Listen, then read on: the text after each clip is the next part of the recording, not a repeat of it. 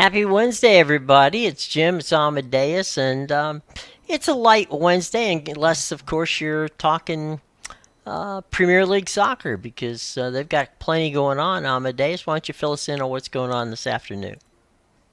Yeah, we got a big Premier League slate. I mean, there's European soccer all over the place, but the other leagues aren't running domestic leagues this midweek. It's more Coppa Italia and the Copa del Rey for Spain, and I believe um, the Germans are doing the DFK Pokal or the DFB Pokal, sorry, and yeah. So then Ligue 1 does have one match, Marseille Mm-hmm. and Lyon, which is a nice little derby match there. So Mm-hmm.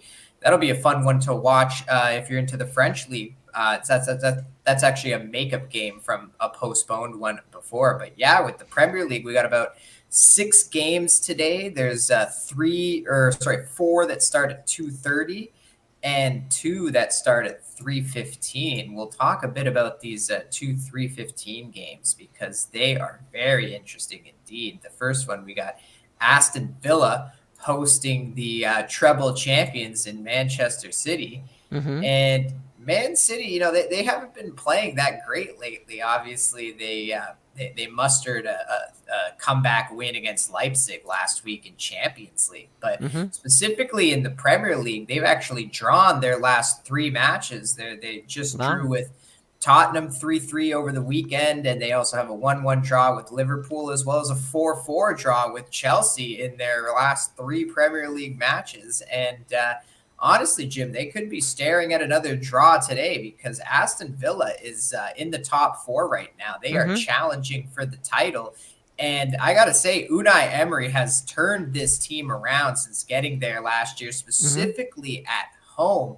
Aston Villa has been one of the best home teams in the Premier League over the last calendar year alone. So I'm leaning a bit to Aston Villa at plus the half here, Jim. Wow. That's, Man City was basically undefeatable last year, and now they're defeatable. Yeah, and this Or was something we tieable, if nothing else.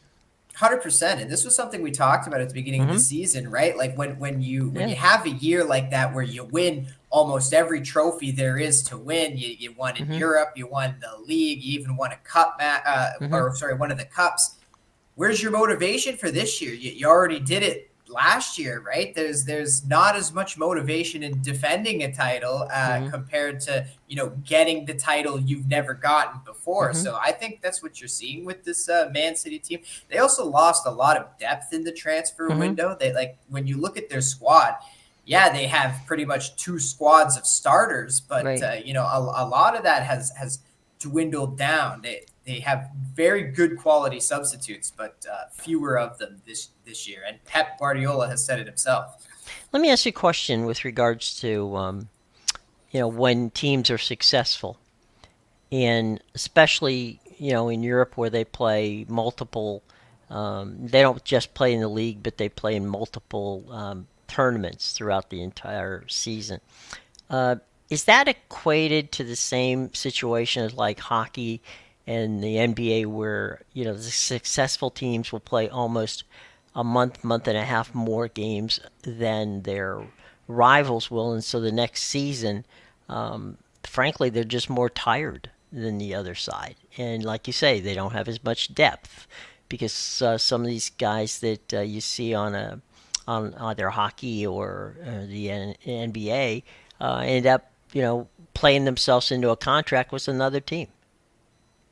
Yeah, that's a very good point to bring up because obviously soccer doesn't have the playoffs, so Right. that would be the equivalent to the playoffs specifically because yeah, you're getting in the middle of the season, you're getting these teams that are playing once every 3-4 days Mm-hmm. at one point between all the cup Sure. competitions and the European competitions. So yeah, I think if anything, it actually affects the team more during that season because Mm-hmm. obviously in the North American sports, the playoffs come afterwards, and then yeah, Mm-hmm. you see it the next year, specifically in the Right. NFL with the team Right. that loses in the Super Bowl. They always get trashed usually the next year right after. So yeah, it's one of those things in soccer where it has, I would say, the same effect, but quite Hmm. earlier because obviously there's no playoffs and you're basically playing what would be those playoff games in the middle of your Right. game every week. So yeah, Hmm. that affects the team.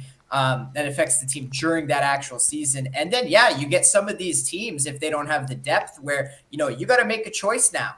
Do Hmm. we want to try and win a cup or do we want to stay in European competition? Hmm. Okay, well, we're going to start our better players in this Champions League match. And you know what? Maybe we go into Wolverhampton and come away with a draw with the Hmm. weaker squad, right? Right. So yeah, the tough decisions start to come into play for sure. Right. Well, and in the case of the NBA, the NHL, and to your point in the NFL, the those teams on average, and some more than others, but the average team in North American sports in the leagues that we just talked about, and that also includes baseball, uh, average a turnover of 25% of the team. So you're going to, despite no matter how good a roster or bad a roster you have, it's going to change. 25% of that roster is going to change in, you know, in the off season. And I think that's what, you were just mentioning it, that, that sometimes in the Premier League and other leagues, your good players who are, role players, if you will, are exposed to the point where some teams say, well, a role player on a Man City can be a starter on my team. Yeah, absolutely, and we see it all the time, right? Even it even works the reverse way. Hmm. We've seen some of these bad teams that get Hmm. relegated. The bigger teams come in and say, "Well, you were Hmm. really good starting for this team, and now that you're Right. going to the B league, I'm getting a discount on you. Yeah, Right. I think you That's make a a good good. bench player." That's a good point. You can go bargain shopping. Yeah, exactly. So it works both ways. Yeah. The way you said it and the reverse way Hmm. with going in to get the bench players as well. So yeah, It, definitely something to keep mind of. amazing. I've been paying attention to the baseball winter meetings, and they're in Nashville. And basically, there's been some really interesting things. We talked about Yamamoto, the pitcher from Japan. I found out something yesterday which I thought was fascinating. He has to do a deal before January 1st, or the window, the international window for him closes. So, where Scott Boros's people and guys like that are going to likely, go later into the winter, and sometimes go all the way almost up to the first week of spring training before they get signed. Such is not the case with Yashimoto. It looks like he's going to have to be signed by whomever sometime between now and the first of the year. Yeah, I guess it'll be interesting then to see what happens down the stretch here. Obviously, he's got to be the guy that goes first. So Hmm. We'll we'll see. see that. Yeah, I hear that the Otani talk is starting to come to a close soon though. It's ramping to the point where um, they're weeding out people. And here's something I forgot, and that is in all this talk of all the pitchers and all the other stuff, Josh Hader's out there. Oh Josh wow. Hader is a primo relief pitcher, and he's just floating out there in the ether, and nobody's talking about him. Wow. Well, I guess because there's bigger names right now. I even saw the Yankees are most likely going to make a trade for Juan Soto. So Hmm. yeah, I guess there must be bigger fish out there in the sea. But as they start to get caught, I guess we're going to definitely see focus shift towards guys like that. Yeah, my question on the Soto trade, okay, to the Yankees, which could happen. We'll see. Who's going to play center field? they don't have one of those guys who's ever played center field. Yeah, I don't know, and they just made what the big move for Alex Verdugo as well. Yeah. So it looks like the Yankees are coming to play, Jim. Maybe they sign Soto and they go get a center fielder too, right? It seems like the wallet's coming out this year. Well, I mean, okay, if you play that game, right? If you get a Juan Soto to go with, you know, the big bats that they have with Giancarlo Stanton, and they got, of course, they've got the Judge, Aaron Judge. You could get away with, say, Michael Taylor, who's defensively a plus center fielder, but he can't hit his weight. Okay, so you don't necessarily have to have a 300 hitter who's going to bang out 30 home runs, because you got that in the other guys. What you need is somebody who's going to catch the ball and be able to save runs for you. And so I think that would be an interesting situation, because I can tell you right now, having watched Juan Soto from at the age of 17, 18, all the way till now. Juan Soto is not a center fielder. He can't play it. He doesn't. He's got the speed to play it, but he doesn't have the arm to play it, and that's something that's going to be very, very interesting. The Cubs, by the way, are in on Rhys Hoskins. I think that might be because of the thought of them losing Cody Bellinger. That's an interesting one for sure. Obviously, we talked about already how the Phillies seem to be moving on from him. So well, they don't have a place for him to play. They put Bryce at first, and Rhys can only play first. So I mean, I don't think that they're gonna basically. I think they realize. I mean, they're not gonna pay Rhys, so.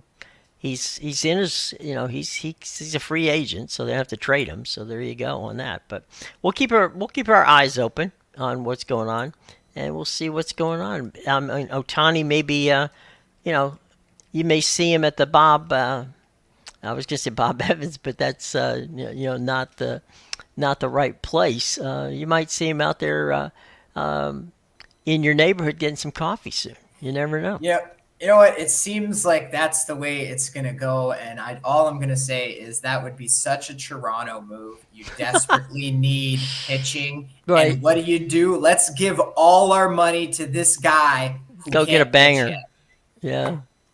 Go get a banger. Somebody's going to smack the ball over the fence. Okay. So there you go. All right, let's move over. And that's the thing, right? It just improves the lineup, as you say. It's just like, let's just keep trying to outscore our way to. Well, yeah, playoffs. I mean that would be the thing, right? You sit there and go, hey, let's just blow the rest of these guys' doors off because we can. So such a Toronto move. Anyway, all right, let's run down some of the you've been obviously you've been on college basketball now for a few weeks, and the rankings are out, and Arizona of the soon to be gone Pac-12, soon to be headed for the Big 12, is on top. They're undefeated. Their next game is against Wisconsin. That game's going to be played on the 9th. Kansas is playing in the 9th against Missouri. They're 7-1 in the second slot. Another Big 12 team, Houston, is undefeated. They get Rice. That game is tonight, 8 o'clock. That Purdue. Is, Go ahead. Just so everybody knows, that is Jim's overrated team of the rankings, the Houston Cougars. I've said it. We'll see whether I'm right or wrong. Thanks for reminding everyone. Purdue. Hey, I'm with you. I think there's better teams than Houston. Purdue is at Alabama, and that's on the 9th. UConn, 7-1. They're playing Arkansas Pine Bluff on the 9th. Now, I saw UConn play last night against North Carolina. And one of the things that was surprising to me, UConn, I was very impressed with their front line. They're big, but they also know how to box out. Because Carolina had a pretty darn good Pretty darn good team as well. And what Carolina has, which they haven't had in the past couple of years, is they got backcourt speed, and they can play run and gun, which I think is really going to take them a lot further than they have been doing in the past couple of years. So keep an eye on that Carolina team. They're a good basketball team. Baylor's at number 6 in the rankings. Another Big 12 team. Gonzaga is number 7.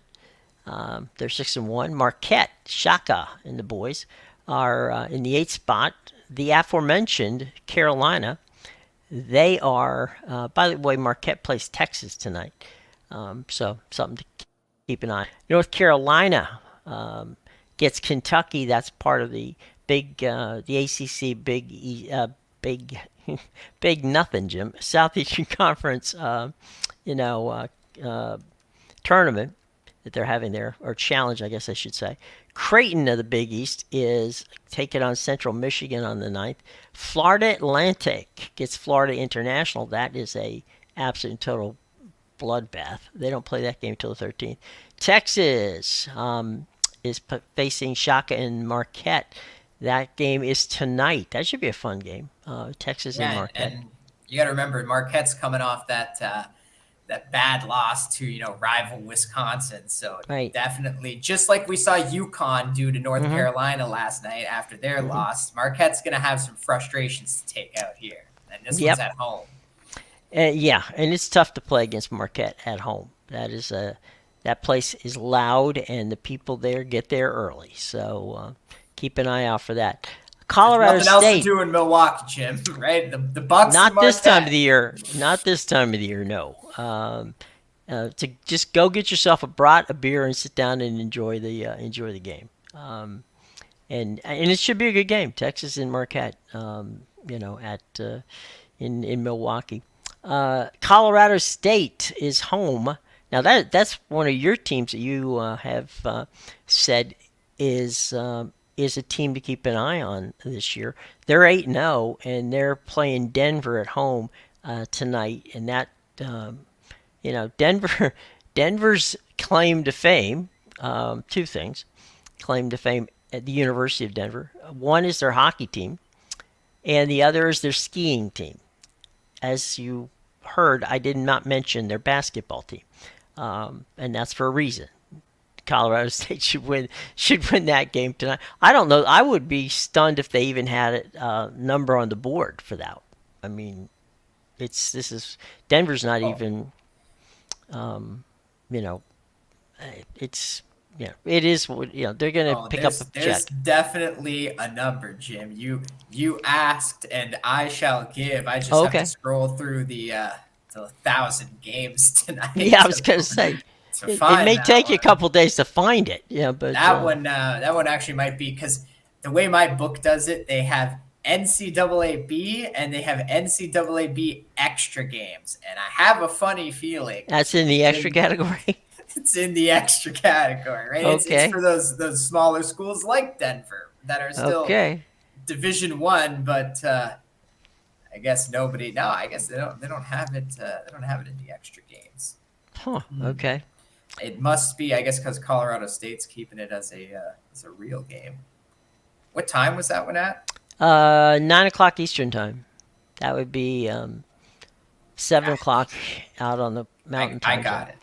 21-point favorites, Colorado State. Wow. Okay. That seems about right. So, Yep. We'll see. Okay, the Holy War tonight, but BYU is at Utah.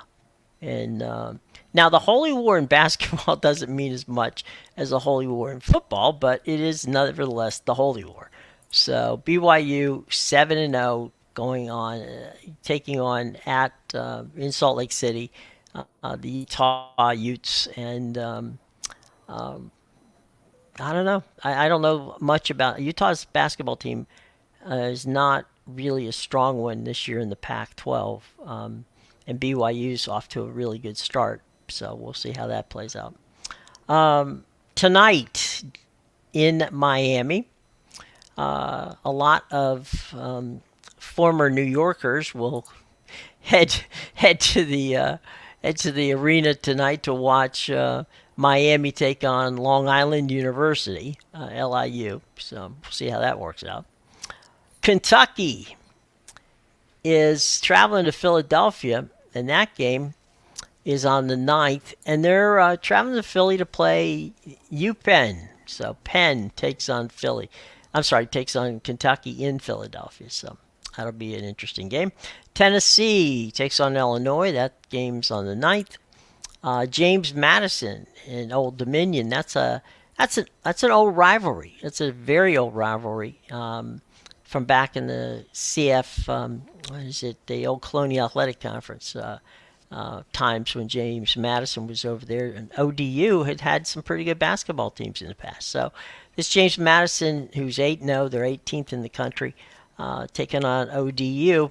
Don't sleep on ODU. I'm not saying they're going to beat James Madison, but they have played James Madison tough in past years, so should be interesting. Oklahoma, Arkansas, the 19th ranked Sooners take on the Razorbacks at Arkansas. And that's, of course, these are games continuing to be on the 9th. Illinois is at Tennessee as part of that Big Ten SEC challenge, and that's on the 9th. Texas A&M is DePaul. They host DePaul, I should say. That game is tonight, and of course, that game might be on television. Well, I'm sure it's on television somewhere, but it might be on ESPN. Duke is hosting Charlotte. That game is on the 9th, and shouldn't. Cameron Indoor Arena is a place where Charlotte will come. We used to say that these are the what we used to call the yearbook games, right? You open your yearbook and you say, oh, this is the year that we played Duke.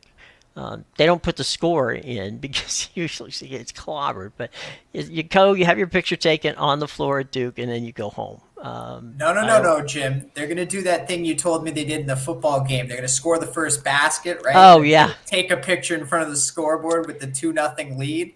Oh yeah, that one. That was Indiana at Ohio State, and that was when Lee Corso was the coach at Indiana, and he had the picture. He had the famous picture taken where the kids stood out, so that you could see the scoreboard in the background. They had a 15-yard unsportsmanlike penalty for it, and I think they lost 63-7.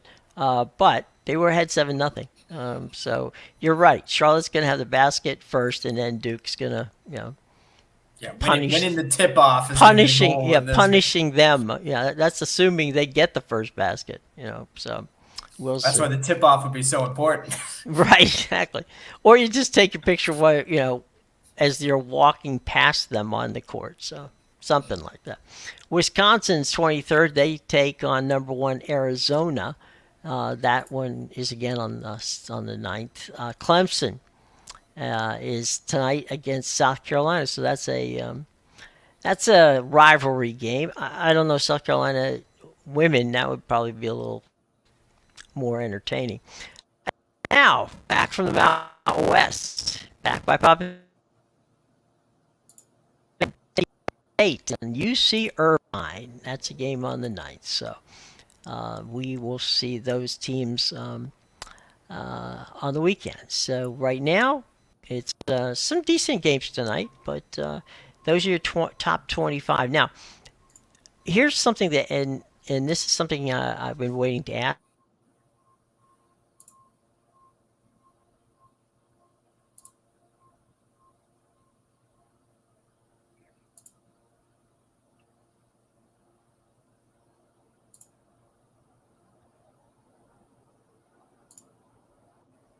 Which I think who brought us All in the Family and Maude and the Jeffersons and a number of other outstanding comedies passed away. So there's your latest news. So anyway, meanwhile, back at the ranch, what I was going to ask you is, there's a lot of of value from a gaming aspect in none of these top 25 basketball teams. Is that correct? And if so, where do you go shopping?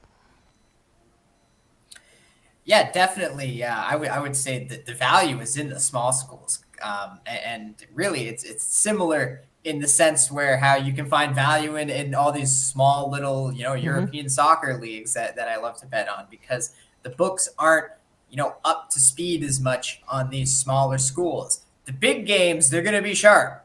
They're gonna Mm-hmm. have the sharp number, for the big Kansas versus Yukon kind of games. They're, they're Mm-hmm. gonna they're gonna be a lot sharper on those lines. But yeah, definitely the value is in the smaller schools, and really a lot of the plays I give out tend to be some of those smaller schools. Well, um, even Colorado State you were talking about, right? It's not that they don't have information on Colorado State or San Diego State. It's that that there's not as much attention paid to them. And so I think, um, there's over, I think there's almost 400 college basketball teams, and you know it's gonna be interesting. Hey, Rye, good to see you, buddy. Shaka is going to smoke his old team. Um, Probably. He's got the team He's got the quality team, I should say. Try to say it, that could do it. And so he's Shaka is a very good recruiter.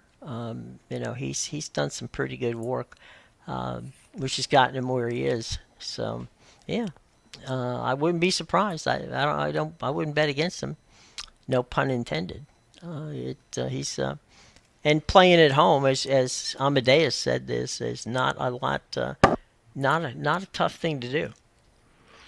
Yeah, especially when they lost to a rival in their last game. So You don't want to do that. You do not want to do that. So, what was I going to say? I was going to say that some of the conference, we talked about the Colonial Athletic Conference, some of the teams in the Patriot League, stuff like that. And even frankly, even in Ivy League, you can get some value in the teams that play in those leagues. yeah, definitely. The Horizon League, the Summit Yeah. League, all these smaller ones. Those are a lot of the games, the extra games I was I Mm-hmm. was talking about how they have it listed here. But yeah, definitely. Like my one winner last night in college basketball was High Point against Western Carolina. So those are There you go. the kind of schools I love, Jim. I love these small schools where you've never heard of them, but you just place the bet and let it happen. Well, yeah. I mean, some of these schools, you look at the name and you wonder where they are. You know, I mean, I know High Point is in North Carolina. Who'd you say that they beat? They're playing Western Carolina. I was so nobody left the state of Carolina, North Carolina for that game. But Kawhi was on High Point too, according to him. So there you Nice, love go. that. You They know, crushed them by like 30. you mentioned the Horizon League. There's a lot of teams in the Horizon League that people are hot on. Yeah, I love the Horizon League personally. Yeah, and the other one is the West Coast Athletic, or is it? It's just what it's the one that Mount St. Mary's and Gonzaga's in. I think it's the West Coast Conference or something like Yeah, that. yeah, the WCC. Yeah, it's got San Francisco in there. It's got who else is in there? I think Long Beach State, I think, is in there. Yeah, I think And San Diego is as San well. Diego's in there. So's Pepperdine. Oh yeah, Pepperdine. So, by the way, if anyone wants to give you a scholarship to Pepperdine, take it. I mean, it's not hard to go to school in Malibu, so that would be a nice. If you're gonna go get a high education, that would be a nice place to go and get it. But and then there's the school that our buddy Chris King used to like, and that was IUPUI. So Indiana Purdue University. I can't even remember what the hell IUPUI stands It's for. Indiana University of Purdue Indianapolis University. Okay, there you go. I, it's got when you know that the acronym for the school is longer. I mean, it's almost so long that the name is even longer. That's when you know, that's when Yeah, you know you're in trouble. Right, it's got three campuses. variations of Indiana if you want to Right. include Purdue, and then it's also got university twice in the name. So So right, we should three of us should all take take some courses at Pepperdine. I think that would be a way to do it, or better yet, just audit the courses so we don't even have to get graded on them. That would be the way to go in that case. So we're all down for Pepperdine. If only they had a better basketball team, that would be good. they do So suck. yeah, so I'm sorry. They do suck.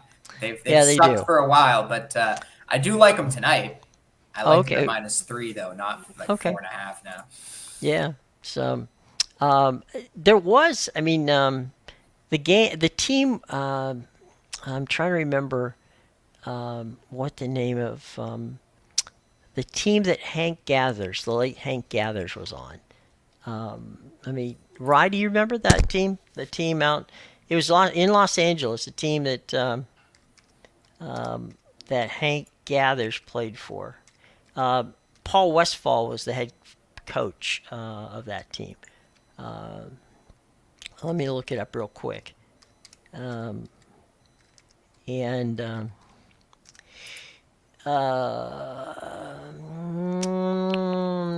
oh, Loyola Marymount. Loyola Marymount was a good school back in the day, and in college basketball.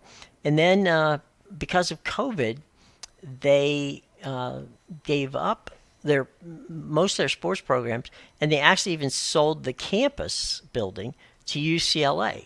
So now UCLA has a campus which used to be Loyola Marymount of Los Angeles. So Loyola, there's also a league here on the East Coast that has Loyola. It's Loyola Baltimore, and that's the I think it's the Mid East Conference that that what's that Patino was in before he moved to where he is now. What was the name of that school? Iona, I think, was where Rick was. Anyway, there's a lot of interesting schools there and a lot of basketball, talented basketball teams in that. And there's also a lot of action on the historical black colleges. Have some pretty decent basketball as well. So, as you said, variety and value can be found in a lot of places that doesn't include the Power Five conferences. Yeah, definitely. The So values in the smaller schools. there you go. All right, with that, we will move on, ladies and gentlemen, to the most important part of this show, and that is where to find what Amadeus is going to give you tonight for your best bets. Yeah, make sure you check out my premium plays at bigal.com, at pickadvisor.com, and the insidersroom.com. The links are in the description below. I got a free play up tonight. We cashed with Indiana in the college basketball last night, so that was good. And obviously we had Florida State the day before. So let's keep it rolling with today. It's going to be on the pitch in England, the 3:15 game. I like the over 3 in the Man United Chelsea match, so that'll be the free play tonight. And yeah, you can check out. I got one play on the NBA as well as 4 in college basketball tonight. Whoa. And make sure you go check it out. I'm on a 12-1 NBA run right now, so go get it. Had the Lakers last night. You won with the Lakers. Now that's impressive Yeah. because the Lakers don't win with the Lakers. So that is definitely impressive. So there you go. All right. Well, tomorrow night we'll have tomorrow, I should say. we'll have the opportunity to get ready for one of the premier football games of the season on Thursday Night Football, and we'll have some time to break that down for you, and we'll have some fun with it as well. So look, everybody, have a great day. Thanks for joining us. We'll be back at 2 o'clock tomorrow. Plenty of soccer to watch this afternoon. Some good NBA, as Amadeus said, he's got some college basketball. Go check all that out. And we will, as Rye says, we'll cash some tickets and we'll see you tomorrow. Okay, everybody? All right. Until then, for Amadeus, I'm Jim.